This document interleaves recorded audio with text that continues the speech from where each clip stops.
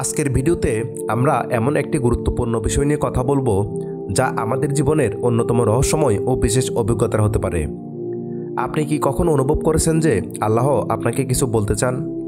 কখনো কখনো আমরা আমাদের জীবনের একটি বিশেষ মুহূর্তে এমন কিছু অনুভব করি যা আমাদের বুঝতে সাহায্য করে যে আল্লাহ আমাদের সাথে কথা বলতে চান। কিন্তু কিভাবে বুঝবেন যে এটা আল্লাহর নির্দেশনা? কি কি লক্ষণ আমরা দেখতে পারি? আসুন আমরা আজ 5টি গুরুত্বপূর্ণ লক্ষণ নিয়ে আলোচনা করি যা ইঙ্গিত দিতে পারে যে আল্লাহ আপনাকে একটি বার্তা দিতে চান। প্রথম লক্ষণ, হৃদয়ের গভীর উপলব্ধি। এই লক্ষণটি বোঝায় যে আপনার হৃদয় এবং মন আল্লাহর প্রতি বিশেষভাবে আকৃষ্ট হয়। এটা শুধুমাত্র মানসিক অনুভূতি নয়, বরং হৃদয়ের গভীর থেকে আসে। এমন সময় আসে যখন আপনি আল্লাহর সাথে যোগাযোগ অনুভব করতে শুরু করেন। যেমন কোনো কঠিন পরিস্থিতির মধ্যে নিজেকে শক্তিশালী মনে করেন।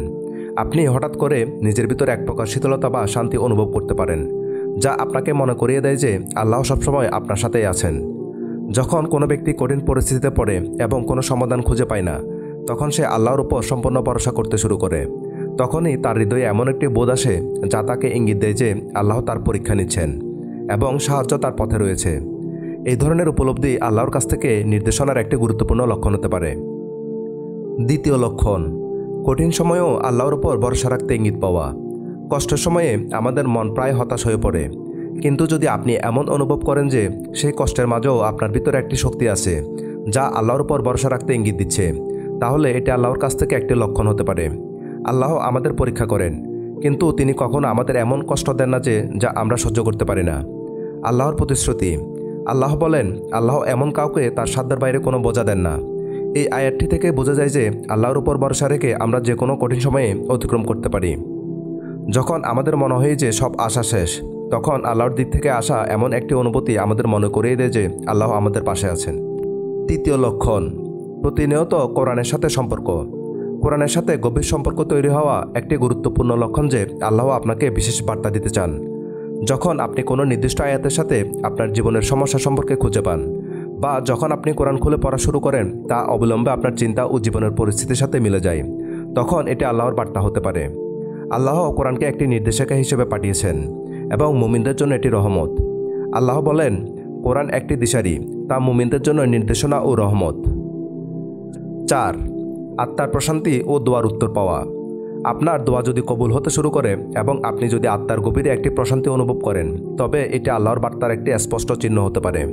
আল্লাহ আমাদের প্রত্যেকের দোয়া শোনেন, তবে কখনো কখনো তিনি আমাদের দোয়ার উত্তর দিতে দেরি করেন, কারণ তিনি জানেন কখন কোন জিনিস আমাদের জন্য ভালো। দোয়ার শক্তি। রাসূলুল্লাহ সাল্লাল্লাহু আলাইহি সাল্লাম বলেছেন, আল্লাহ বান্দার প্রতি এতটাই দয়ালু যে সে তার কাছে যা চায় তা না পেলেও আল্লাহ তাকে এমন কিছু দেন যা তার জন্য আরও ভালো। এটি থেকে বোঝা যায় যে দোয়া আল্লাহর রহমত ও সাহায্য পাওয়ার একটি গুরুত্বপূর্ণ মাধ্যম। কখনো কখনো দোয়ার ফলাফল অবিলম্বে দেখা যায়, যা আমাদের মনে করিয়ে দেয় যে আল্লাহ আমাদের কথা শুনছেন। 5. আপনার কর্মের মধ্যে শান্তি ও কল্যাণবোধ। যখন আপনি আল্লাহর সন্তুষ্টির জন্য কোনো কাজ করেন এবং সেই কাজটি করার পর আপনি শান্তি ও কল্যাণ অনুভব করেন, তখন এটি আল্লাহর কাছ থেকে একটি ইঙ্গিত হতে পারে যে আপনি সঠিক পথে আছেন। আপনার হৃদয় যদি এমন কোনো কাজ করার পর তৃপ্তিতে পূর্ণ হয়ে যায় যা আপনি আল্লাহর সন্তুষ্টির জন্য করেছেন, তবে সেটি আল্লাহর সঙ্গে সম্পর্কিত হতে পারে। যদি আমরা আল্লাহর সন্তুষ্টির জন্য কাজ করি, আমাদের জীবন শান্তিতে পূর্ণ হবে।